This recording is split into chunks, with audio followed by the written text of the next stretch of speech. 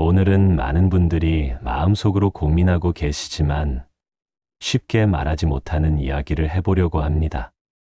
어릴 때 그렇게 가까웠던 형제, 자매가 어느 순간 남처럼 느껴지는, 연락도 뜸해지고 만나도 어색하고 무엇보다 내가 너무 차가운 사람인 건 아닐까 하는 죄책감까지 드시죠? 오늘 그 이유에 대해서 말씀드리려고 합니다. 이야기 시작 전에 구독과 좋아요 꼭 부탁드립니다. 어린 시절을 떠올려 보세요.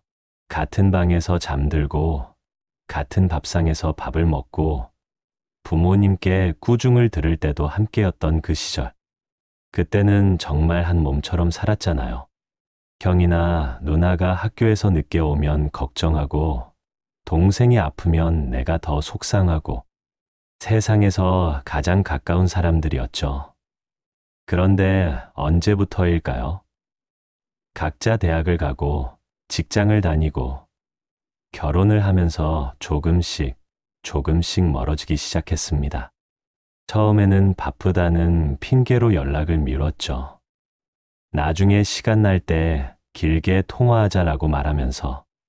하지만 그 나중에는 좀처럼 오지 않았습니다. 명절에 만나면 옛날처럼 반가워하려고 애써봅니다. 하지만 어딘지 어색해요. 무슨 이야기를 해야 할지 모르겠고, 예전처럼 자연스럽게 농담을 주고받기도 힘들어집니다. 서로의 일상을 모르니까요. 형제가 어떤 고민을 하고 있는지, 요즘 뭘 좋아하는지, 아이들은 어떻게 크고 있는지 모르는 게 너무 많아졌습니다. 더 서글픈 건 그런 자신을 발견할 때마다 죄책감이 든다는 거예요. 혈육인데 이래도 되나? 부모님이 보시면 얼마나 서운해 하실까? 이런 생각들이 마음을 무겁게 합니다. 특히 우리 부모님 세대는 형제 자매가 정말 끈끈했잖아요. 어려운 시절을 함께 견디며 서로에게 의지하고 살았던 세대. 그분들 눈에는 우리가 너무 차갑게 보일 수도 있어요. 가끔은 억지로라도 연락을 해봅니다. 요즘 어떻게 지내? 안부를 묻지만 대화가 길게 이어지지 않아요. 응, 잘 지내. 너도 건강해.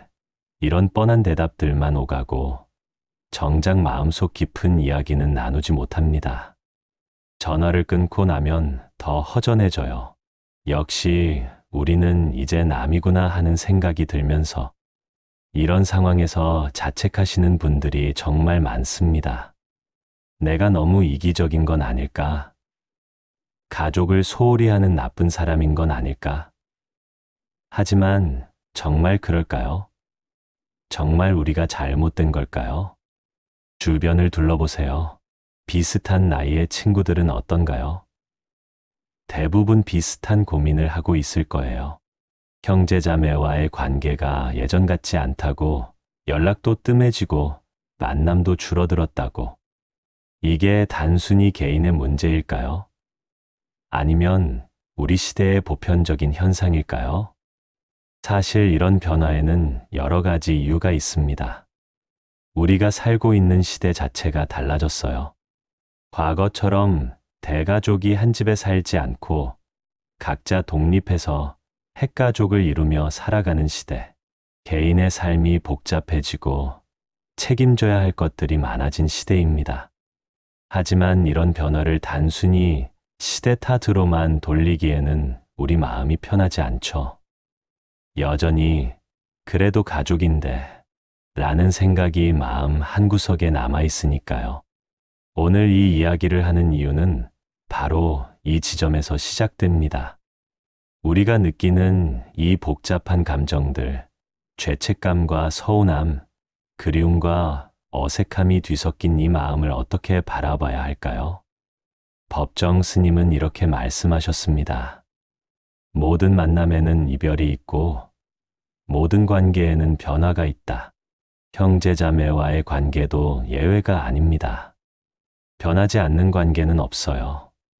중요한 건 그 변화를 어떤 시선으로 바라보느냐입니다.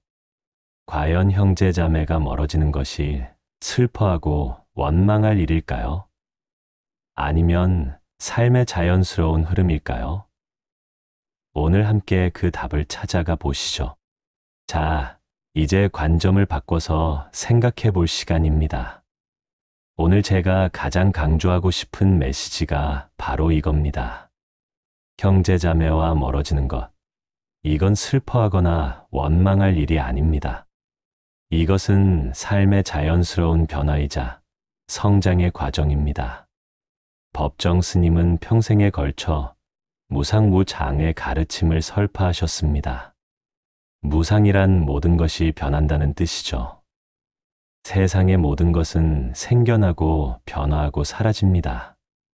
우리의 몸도 마음도 그리고 관계도 마찬가지예요. 흐르는 강물은 같은 강물이 아니다라는 말이 있죠. 똑같아 보이는 강이지만 그 안을 흐르는 물은 매 순간 달라집니다. 우리의 관계도 그래요. 겉으로는 여전히 형제, 자매라는 이름으로 불리지만 그 안의 내용은 시간이 흐르면서 자연스럽게 변해갑니다. 이 변화를 받아들이지 못하고 저항할 때 고통이 생깁니다. 예전처럼 가까워야 해. 혈육인데 이래서는 안 돼라고 생각하며 억지로 관계를 유지하려고 할 때 오히려 서로가 불편해져요. 법정 스님의 또 다른 가르침을 보죠. 집착하는 마음이 괴로움의 뿌리다. 형제자매와의 관계에서도 마찬가지입니다. 과거의 친밀함에 집착하고 변하지 않기를 바라는 마음 자체가 우리를 괴롭게 만드는 거예요. 생각해 보세요. 어린 시절 우리는 정말 순수했습니다. 아무런 계산도 없이 조건 없는 사랑으로 형제자매를 대했죠. 하지만 나이가 들면서 우리는 각자 다른 경험을 하게 됩니다. 다른 사람들을 만나고 다른 환경에서 살아가면서 각자만의 가치관과 세계관을 형성하게 되죠. 이것은 너무나 자연스러운 과정입니다. 나무가 자라면서 가지를 뻗듯이 우리도 성장하면서 각자의 길을 가게 되는 거예요. 이걸 성장이라고 하지 분열이라고 하지 않습니다. 현대 사회의 구조적 변화도 이런 현상을 더욱 자연스럽게 만들었습니다. 과거 농업사회에서는 대가족이 한 곳에서 살면서 자연스럽게 끈끈한 유대를 유지할 수 있었어요. 하지만 지금은 어떤가요? 대학 진학, 취업, 결혼을 위해 각자 다른 도시로 흩어져 살아갑니다. 핵가족 중심의 사회 구조도 한몫합니다. 결혼 후에는 배우자와 자녀가 우선순위가 되는 게 자연스러워요. 시간과 에너지는 한정되어 있는데 챙겨야 할 관계는 점점 늘어나니까요. 이런 상황에서 형제자매와의 관계가 상대적으로 소홀해지는 건 당연한 일입니다. 개인주의 문화의 확산도 영향을 미쳤어요. 개인의 자율성과 독립성을 중시하는 문화에서는 가족이라는 이유만으로 무조건적인 유대를 강요받지 않아도 됩니다. 이건 나쁜 게 아니에요. 오히려 더 성숙하고 건강한 관계를 만들 수 있는 토대가 될 수 있습니다. 법정 스님은 인연을 함부로 맺지 말라고 하셨습니다. 이 말씀의 깊은 뜻을 생각해 보세요. 억지로 만들어지는 관계, 의무감으로만 유지되는 관계는 진정한 인연이 아니라는 뜻이에요. 진정한 인연은 자연스럽게 흘러가는 것입니다. 형제자매의 관계도 마찬가지예요. 혈연이라는 이유만으로 억지로 붙들고 있으려 하지 마세요. 서로에게 부담이 되고 스트레스가 됩니다. 대신 자연스러운 흐름을 받아들이세요. 가까울 때는 가깝게, 멀어질 때는 멀리서도 서로를 존중하는 관계가 더 아름답습니다. 이런 관점에서 보면 형제자매와 멀어지는 현상은 문제가 아니라 현실입니다. 해결해야 할 문제가 아니라 받아들여야 할 삶의 일부인 거죠. 물론 이런 말씀을 드린다고 해서 가족을 무시하라는 뜻은 아닙니다. 가족의 소중함을 부정하는 것도 아니고요. 다만 관계에 대한 우리의 기대와 접근 방식을 바꿔보자는 겁니다. 무상의 법칙을 이해하고 받아들일 때 비로소 평화가 찾아옵니다. 형제가 멀어져서 슬프다는 생각 대신 각자의 인생을 살아가는 거구나 라고 생각해 보세요. 예전처럼 가까워야 하는데 라는 생각 대신 지금 이 거리도 괜찮다고 받아들여 보세요. 이렇게 생각하는 순간 놀라운 변화가 일어납니다. 죄책감이 사라지고 마음이 편해져요. 억지로 연락하려고 애쓰지 않아도 되니까 오히려 자연스러운 소통이 가능해집니다. 법정 스님의 말씀처럼 놓아버릴 때 비로소 얻게 된다는 것이죠. 형제자매와의 관계에서도 집착을 놓을 때 진정한 자유와 평화를 얻을 수 있습니다. 다음에는 구체적으로 형제자매가 멀어지는 이유들을 하나씩 살펴보겠습니다. 이 이유들을 이해하면 왜 이런 변화가 자연스러운지 더욱 명확하게 알 수 있을 거예요. 이제 구체적으로 형제자매가 멀어지는 이유들을 살펴보겠습니다. 이 이유들을 이해하면 왜 이런 변화가 피할 수 없는 자연스러운 과정인지 더욱 명확해질 거예요. 첫 번째, 각자 삶의 무게가 무거워졌습니다. 40대가 넘으면 누구나 각자의 짐이 생깁니다. 직장에서의 책임은 더 커지고 배우자와의 관계를 챙겨야 하고 아이들 교육에 신경 써야 하고 부모님 건강도 걱정해야 하고 내 건강도 관리해야 합니다. 여기에 대출이나 노후 준비까지 생각하면 정말 숨 쉴 틈이 없어요. 이런 상황에서 형제자매까지 신경 쓸 여유가 있을까요? 하루 수문의 시간이 부족한데 연락하고 만나고 관심 가질 시간과 에너지가 어디서 나올까요? 이건 차가운 마음 때문이 아니에요. 현실적으로 불가능한 일입니다. 특히 중년이 되면 샌드위치 세대라고 하죠. 위로는 부모님을 봉양해야 하고 아래로는 자녀들을 키워야 하는 세대. 여기서 형제자매까지 챙기라고 하면 정말 몸이 10개라도 부족합니다. 두 번째, 가치관이 서로 달라졌습니다. 어릴 때는 비슷하게 생각했지만 각자 다른 환경에서 살다 보니 생각이 많이 달라졌어요. 돈에 대한 생각, 아이 교육에 대한 철학, 부모님 모시는 방식, 종교관, 정치적 성향까지 어느 순간 우리는 정말 다른 사람이 되어 있었습니다. 예를 들어 한 형제는 부모님께 용돈을 더 많이 드려야 한다고 생각하는데 다른 형제는 각자 할 수 있는 만큼 하면 된다고 생각할 수 있어요. 한 자매는 사교육에 올인하는데 다른 자매는 공교육으로도 충분하다고 생각할 수 있고요. 이런 차이는 대화할 때마다 부딪힙니다. 서로 자기가 옳다고 생각하니까 상대방을 설득하려고 하죠. 하지만 가치관은 쉽게 바뀌지 않아요. 결국 만날 때마다 불편해지고 자연스럽게 만남을 피하게 됩니다.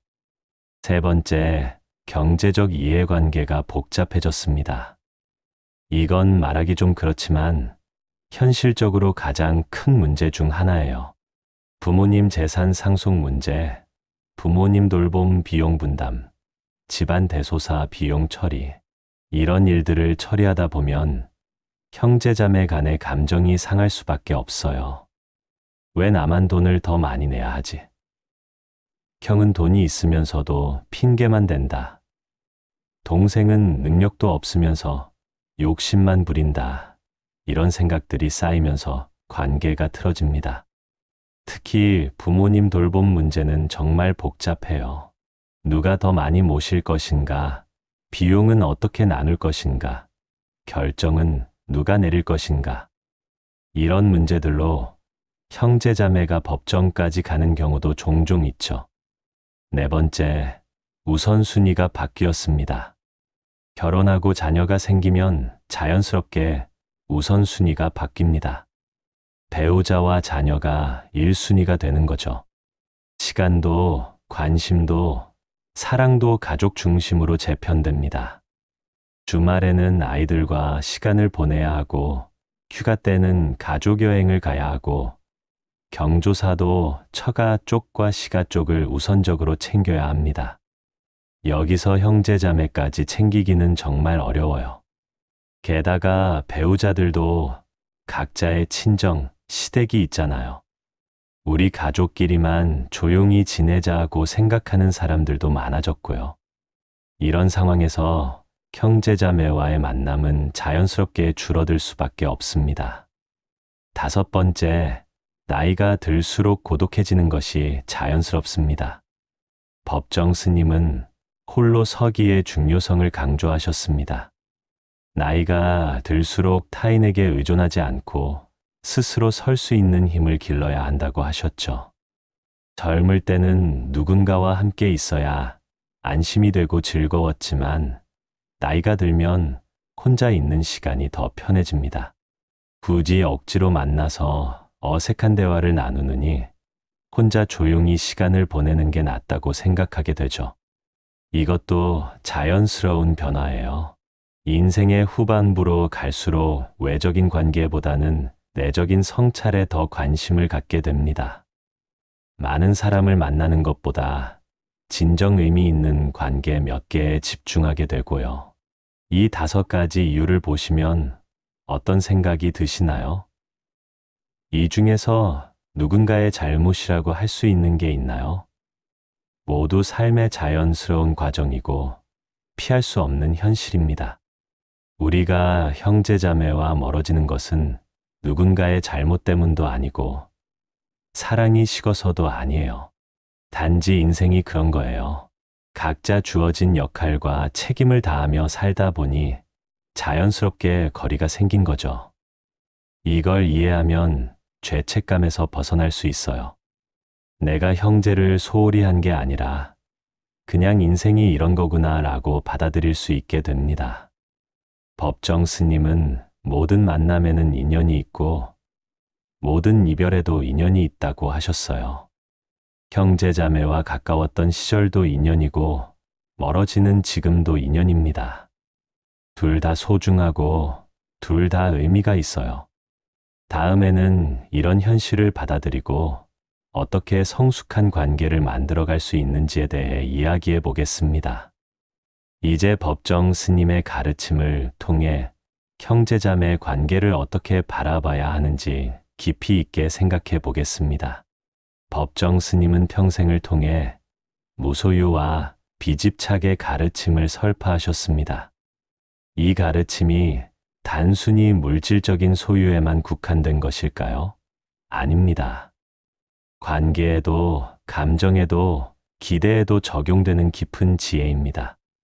인연을 함부로 맺지 마라. 법정 스님의 이 말씀을 처음 들으면 차갑게 느껴질 수 있어요. 하지만 깊은 뜻을 생각해 보세요. 여기서 함부로라는 말이 핵심입니다. 억지로, 의무감으로, 체면 때문에 맺는 관계를 경계하라는 뜻이에요. 형제자매 관계에서도 마찬가지입니다. 혈육이니까 당연히 가까워야 해. 형제끼리 연락하지 않으면 안 돼 라는 생각으로 억지로 관계를 유지하려고 하면 그것은 함부로 맺는 인연이 됩니다. 진정한 인연은 자연스럽게 흘러가는 것입니다. 억지로 붙잡지 않아도 연결되어야 할 때는 연결되고 멀어져야 할 때는 멀어집니다. 이것이 진정한 인연의 흐름이에요. 많은 사람들이 무소유를 단순히 아무것도 갖지 않는 것으로 이해합니다. 하지만 법정 스님이 말씀하신 무소유는 집착하지 않는 것입니다. 가져도 되고 갖지 않아도 되는 자유로운 마음 상태를 의미해요. 형제자매와의 관계에서도 무소유의 마음을 가져야 합니다. 형제는 반드시 가까워야 한다는 생각, 혈육이니까 무조건 도와야 한다는 생각, 명절엔 꼭 모여야 한다는 생각, 이 모든 해야 한다는 집착입니다. 이런 집착을 내려놓으세요. 가까우면 가깝게, 멀면 멀리서도 서로를 존중하는 관계. 도울 수 있을 때는 돕고 어려울 때는 서로의 상황을 이해하는 관계. 이것이 진정한 무소유의 관계입니다. 법정 스님은 집착하는 마음이 모든 괴로움의 풀이라고 하셨습니다. 형제자매 관계에서 느끼는 스트레스도 대부분 집착에서 나옵니다. 형이 나를 챙겨줄 거야 라는 기대, 동생은 내 말을 들어야 해 라는 욕심, 우리는 항상 화목해야 해 라는 강박, 이 모든 것들이 집착입니다. 비집착이란 이런 기대와 욕심을 내려놓는 것입니다. 상대방이 나를 챙겨주지 않아도 실망하지 않고, 내 말을 듣지 않아도 화내지 않고, 때로는 갈등이 있어도 자연스럽게 받아들이는 것입니다. 이렇게 되면 놀라운 변화가 일어납니다. 상대방도 부담을 느끼지 않게 되고, 오히려 더 자연스러운 관계가 가능해져요. 억지로 유지되는 관계가 아니라 진정으로 원해서 만나는 관계가 되는 거죠. 진정한 사랑은 자유롭게 해주는 것. 법정 스님의 또 다른 가르침입니다. 많은 사람들이 사랑을 소유하려고 해요. 내 가족, 내 형제, 내 자매, 이렇게 내 것으로 만들려고 합니다. 하지만 진정한 사랑은 소유가 아니라 자유입니다. 상대방이 자유롭게 자신의 길을 갈 수 있도록 해주는 것이 진정한 사랑이에요. 형제자매에 대한 사랑도 마찬가지입니다. 내 형제니까 내가 원하는 대로 해야 해가 아니라 내 형제지만 각자의 인생이 있구나 라고 인정하는 것이 진정한 사랑입니다. 멀리 떨어져 살아도 자주 연락하지 않아도 생각이 달라도 상관없어요. 그 사람이 행복하게 자신의 삶을 살아가기를 바라는 마음, 그것이 진정한 사랑입니다. 법정 스님은 젊은 나이에 출가하셨습니다. 출가란 단순히 집을 떠나는 것이 아니라 집착에서 떠나는 것입니다. 우리도 어떤 의미에서는 출가를 해야 합니다. 형제자매에 대한 집착에서 출가해야 해요. 혈육이니까, 가족이니까 라는 이유로 만들어지는 의무감과 부담감에서 벗어나야 합니다. 이것이 가족을 버리자는 뜻은 아닙니다. 오히려 더 건강하고 성숙한 관계를 만들자는 뜻이에요. 의무감이 아닌 진심으로, 억지가 아닌 자연스럽게 만나는 관계 말이죠. 법정 스님은 혼자 있는 시간의 소중함을 강조하셨습니다. 독자대봉, 높은 봉우리에 혼자 앉아 있는 것처럼 고독을 두려워하지 않는 마음을 의미해요. 나이가 들수록 이런 마음이 필요합니다. 누군가와 함께 있어야만 안심이 되는 의존적인 관계가 아니라 혼자여도 괜찮고 함께여도 좋은 자립적인 관계를 만들어야 해요. 형제자매와 자주 만나지 않아도 연락하지 않아도 마음이 편안한 상태. 그러면서도 필요할 때는 언제든 서로에게 손 내밀 수 있는 관계. 이것이 성숙한 형제자매 관계입니다. 이런 가르침을 현실에 어떻게 적용할 수 있을까요? 먼저 형제자매에게 갖고 있던 기대를 내려놓으세요. 형이니까 동생을 챙겨야 해. 누나니까 남동생을 돌봐야 해. 이런 역할에 대한 고정관념을 버리세요. 둘째, 억지로 연락하거나 만나려고 애쓰지 마세요. 자연스럽게 연락하고 싶을 때, 만나고 싶을 때 하면 됩니다. 셋째, 상대방의 다른 생각을 인정하세요. 가치관이 달라도, 생활 방식이 달라도 그것은 그 사람의 선택입니다.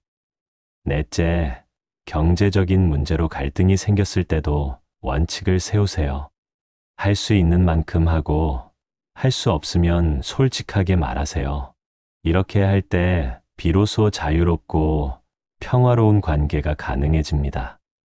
법정 스님이 말씀하신 집착을 놓을 때 오는 해방감을 경험하게 될 거예요.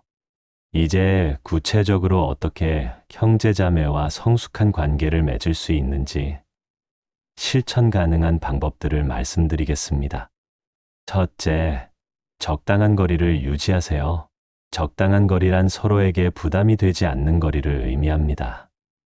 너무 가깝지도 너무 멀지도 않은 그 지점을 찾아야 해요. 구체적으로는 이런 거예요.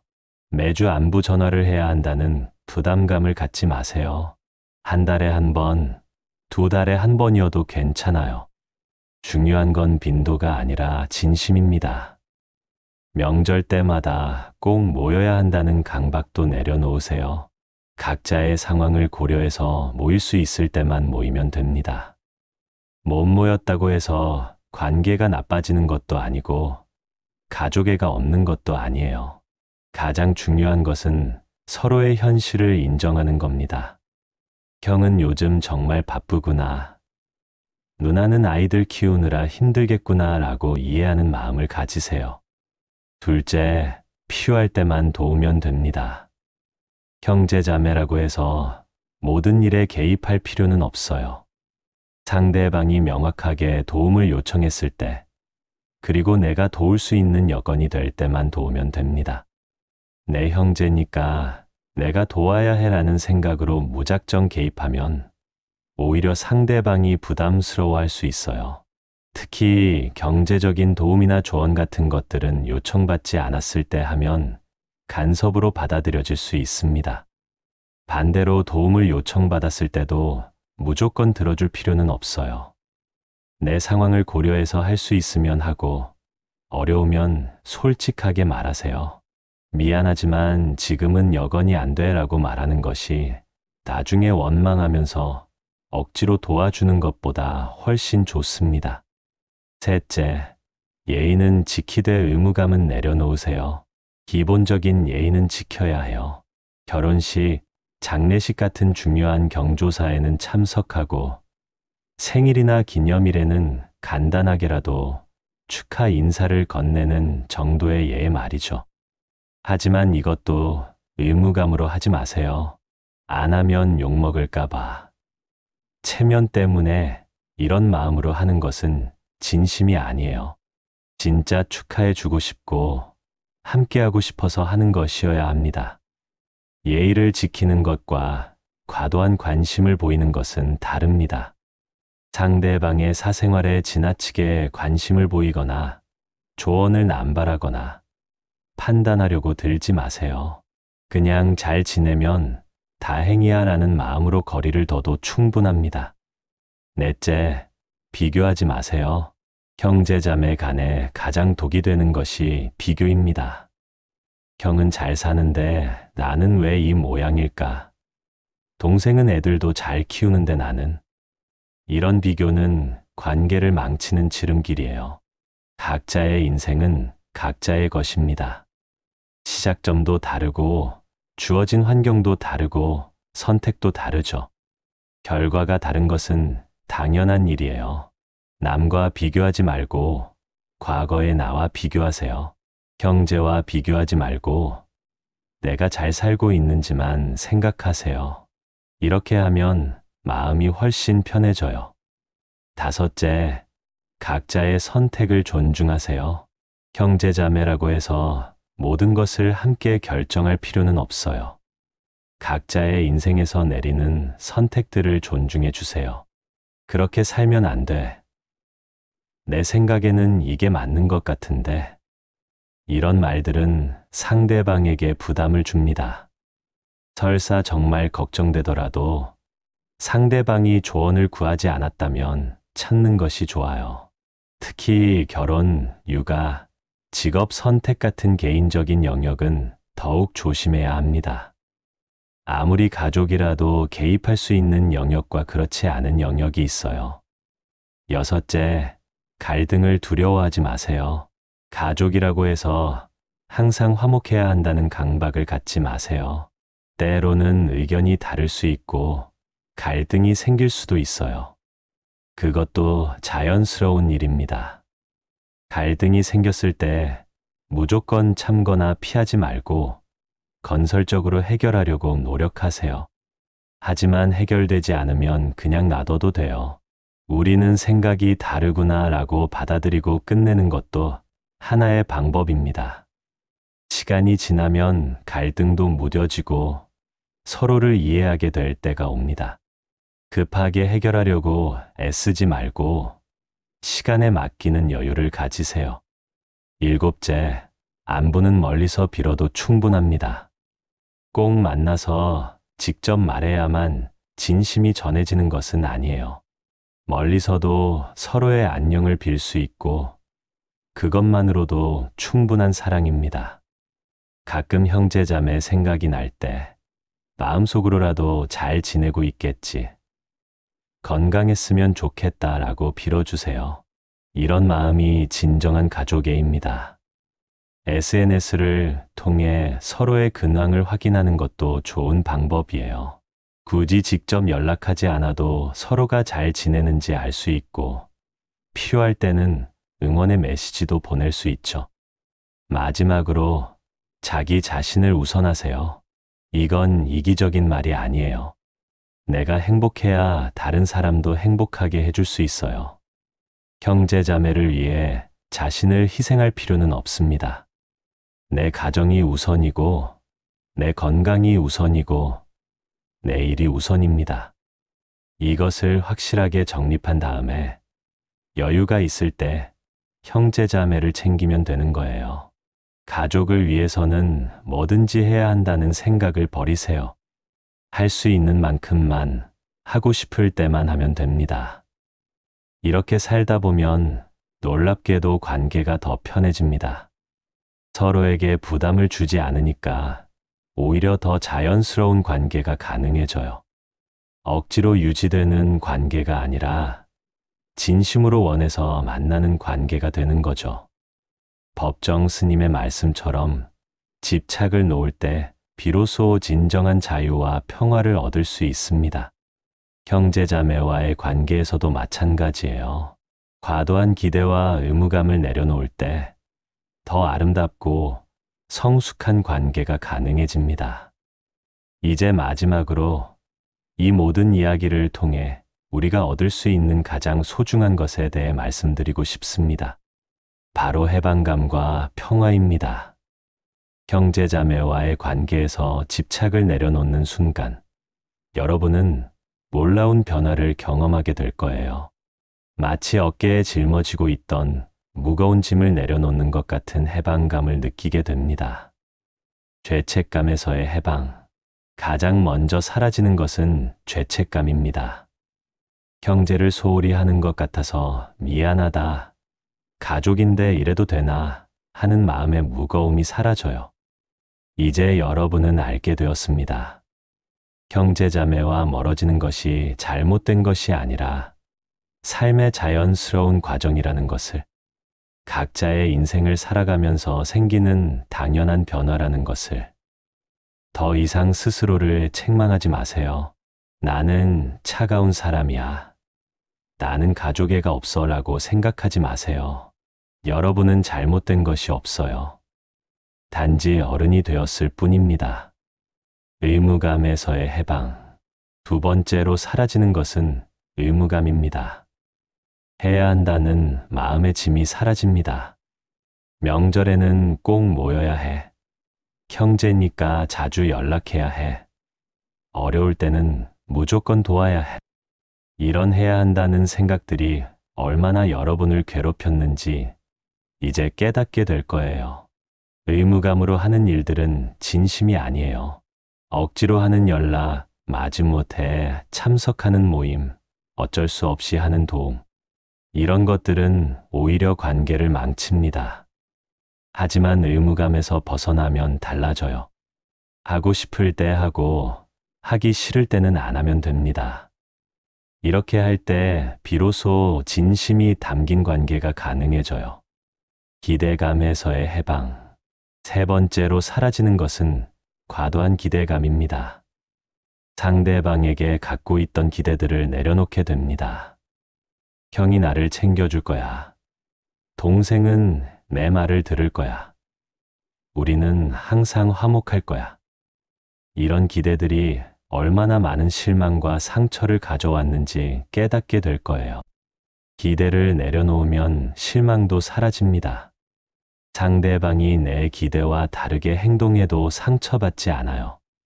그럴 수도 있지 라고 담담하게 받아들일 수 있게 됩니다. 비교와 경쟁에서의 해방. 네 번째로 사라지는 것은 형제자매와의 비교와 경쟁입니다. 형은 잘 사는데 나는, 동생은 성공했는데 나는, 이런 생각들이 사라져요. 각자의 인생은 각자의 것입니다. 비교할 대상도 경쟁할 이유도 없어요. 내가 행복하면 그것으로 충분하고 형제자매가 잘 되면 그것도 다행인 일이죠.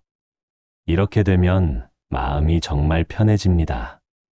남과 비교하느라 지치지 않아도 되고 경쟁하느라 스트레스 받지 않아도 되거든요. 진정한 자유의 경험. 이 모든 해방을 통해 여러분이 경험하게 되는 것은 진정한 자유입니다. 법정 스님이 말씀하신 그 자유 말이에요. 자유롭다는 것은 무엇일까요? 하고 싶은 것을 할 수 있는 것? 아니에요. 진정한 자유는 하기 싫은 것을 하지 않을 수 있는 자유입니다. 형제자매와의 관계에서도 마찬가지예요. 만나고 싶을 때 만나고, 만나기 싫을 때는 안 만날 수 있는 자유. 도와주고 싶을 때 돕고, 어려울 때는 못 도와준다고 솔직하게 말할 수 있는 자유. 이런 자유를 가질 때 비로소 진정한 관계가 시작됩니다. 억지가 아닌 진심으로, 의무가 아닌 사랑으로 만나는 관계 말이에요. 평화로운 마음. 그리고 마지막으로 찾아오는 것은 평화입니다. 마음의 평화 말이에요. 더 이상 형제자매 때문에 스트레스 받지 않아요. 연락이 뜸해져도 괜찮고, 자주 못 만나도 괜찮고, 생각이 달라도 괜찮습니다. 모든 것이 있는 그대로 괜찮아요. 이런 평화로운 마음을 가지면 오히려 상대방에게도 좋은 영향을 미칩니다. 내가 편안하니까 상대방도 편안해지거든요.